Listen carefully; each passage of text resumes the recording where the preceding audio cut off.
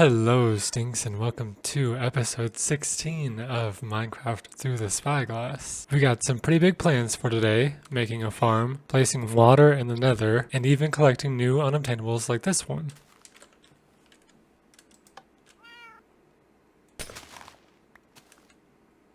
So sit back and relax while we play some Minecraft.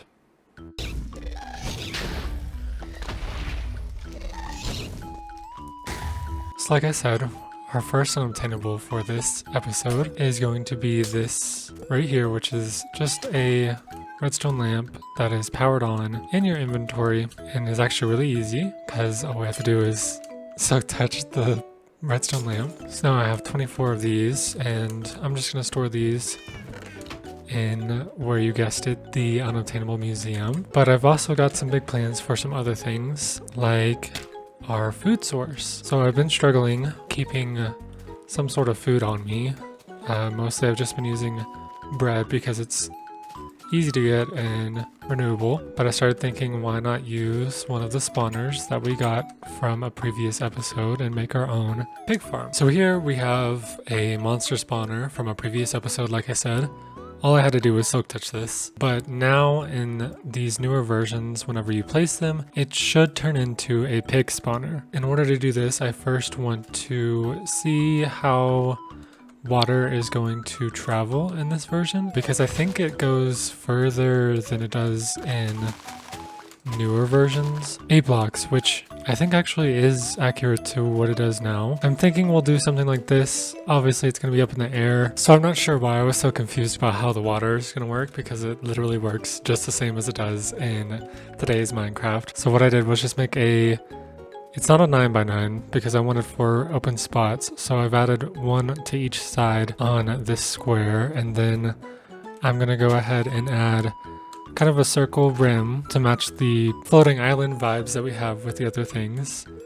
So just like this, and it'll come out, and it'll go around, so on and so forth. And we'll basically just enclose this whole thing in its own little box. Alright, so I built up the walls here, and I just had a bunch of extra stone, so I went ahead and filled it all the way up. I'm hoping that I've built it high enough that they shouldn't spawn on top, so now I just have to fill in this top part, put the water in, and then put our spawner down, and hopefully it all works out. And then I think eventually I'll come back through and obviously add a little bit of decoration on top of this so it's not so flat and it actually looks like a floating island like the other ones. So now we just need to put the water in all 4 corners, which is going to take a little bit of time because we have to go up and down for the water every time. So I have to do this 4 times. Well, I guess 3 more. There's 3 placed. Okay, so now we've got all the water put in place, and now the last step is going to be to place the spawner and see what we are dealing with. I don't think that light affects it, but it might. So the only other thing that I think might be a problem is them spawning on the roof of this.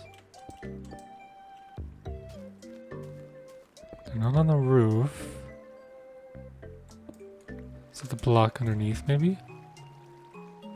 So I figured out what the problem was, and they have to have a grass block to spawn on top of, otherwise they won't spawn, and that includes if there's moving water. So I've made something that's terribly inefficient, and honestly probably not worth waiting around for them to eventually get pushed into the middle. So what I intend to do is leave it as is for now. When I need food, I'll just come up here and hit them for a little while. Before this I was chasing around cows, and I've been breeding up some cows, so it can't be much worse than that. But now that I've got this set up, I think my next goal is going to be to actually diamond hunt in new chunks, seeing if it's any more easy to find diamonds so that we can hopefully get some more tools and armor. I've mentioned this before, but I would like to just say again that I do allow myself to duplicate only unobtainable items. Like the monster spawners, once I have collected the item in vanilla survival, I dupe them using an Alt F4 method, but this is only for the unobtainables. All other things like diamonds and ores are naturally generated and collected.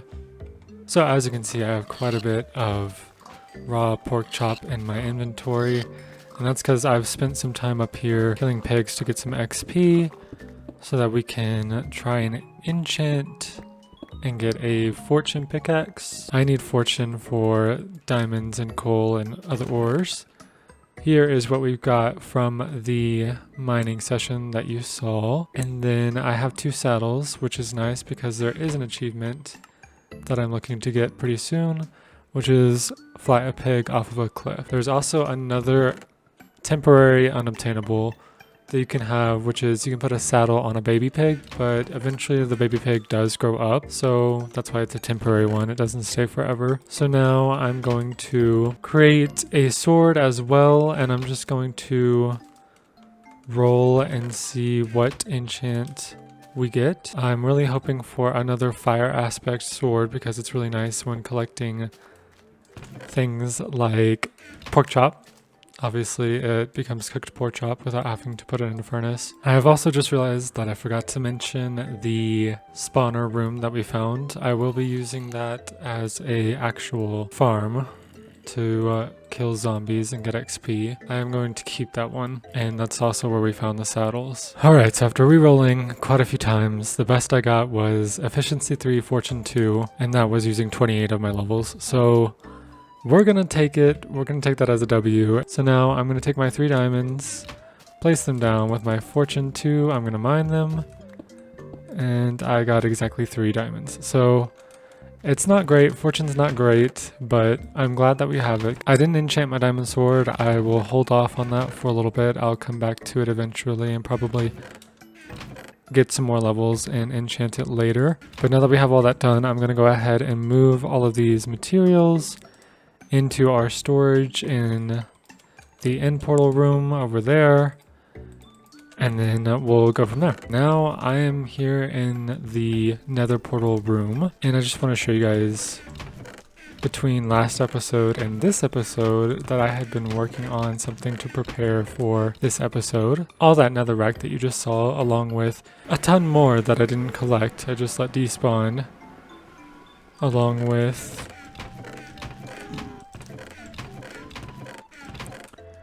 all this sand and all this glass is all working towards a big project that we're going to get done in this episode that I'm super excited about, and that is our water in the nether. So in not 1.2.3 but in 1.2.5 you could put the previously collected ice that we used Silk Touch to collect in the nether, and then place a torch underneath it, and the torch would eventually melt the ice and allow the water to flow without it being destroyed or evaporated. So I went ahead and planned a couple things, and one of them will be getting done in this episode. What I have in my head is sort of like an aquarium that you walk into when you first go through the nether. So I do eventually want to have my own nether hub that is at the 0, 0 coordinates. So I created this circle here and filled it in completely to remove all the lava, which is where all the sand came from. And within this circle, like a few blocks in, is going to be a line of glass, and then open for like 5 spots, and then another line of glass. And in between the 2 lines of glass will be the water. So not only did I fill in the lava at the bottom, but also here at the roof, we have the same circle cut out all the way up to the bedrock. So now what I'm going to do is lay out the circle for the outer rim of glass, and then the circle for the inner rim of glass. And then once we complete that, I think I'm going to dig down within that rim all the way to meet the bottom opening, if that makes sense. I think is what I want to do.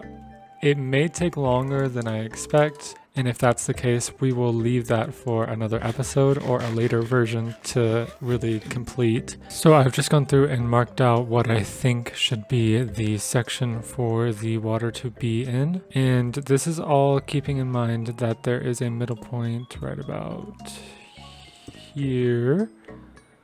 So let's say this is the, actually I can double check. Yep, that's 0, 0. So if we're in the exact middle, imagine that there is a portal that comes out on all 3 sides, excuse me, all 4 sides. And this is our nether hub, so you can go out in each direction. So there'll probably be some sort of decoration around the nether hub.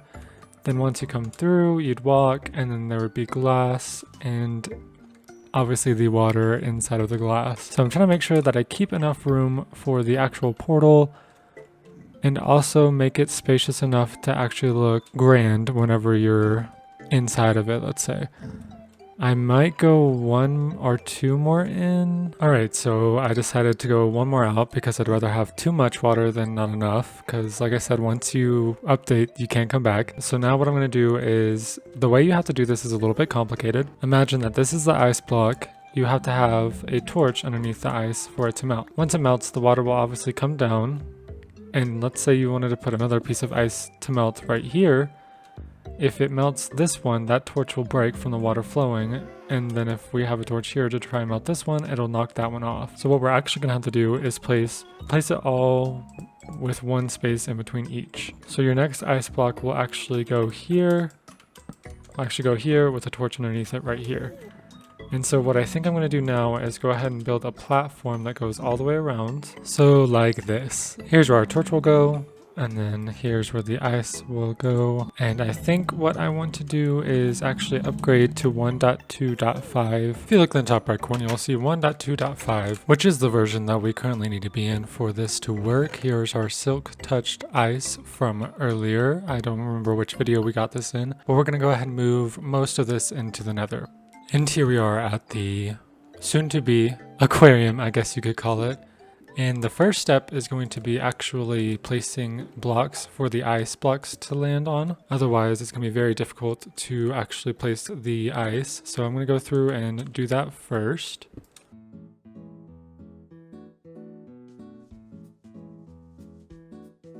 Alright, so I believe I've placed all the stone in the spots that I need to. So now I'm going to go back through and do all of the ice.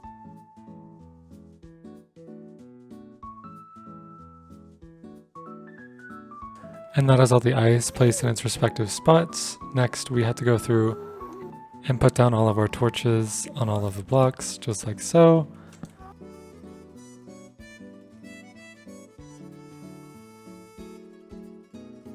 So I don't know if you noticed, but I did just start a chain reaction on accident. All of the torches have broke here. I also did some testing and I was noticing this. For some reason, some of the ice just never melts.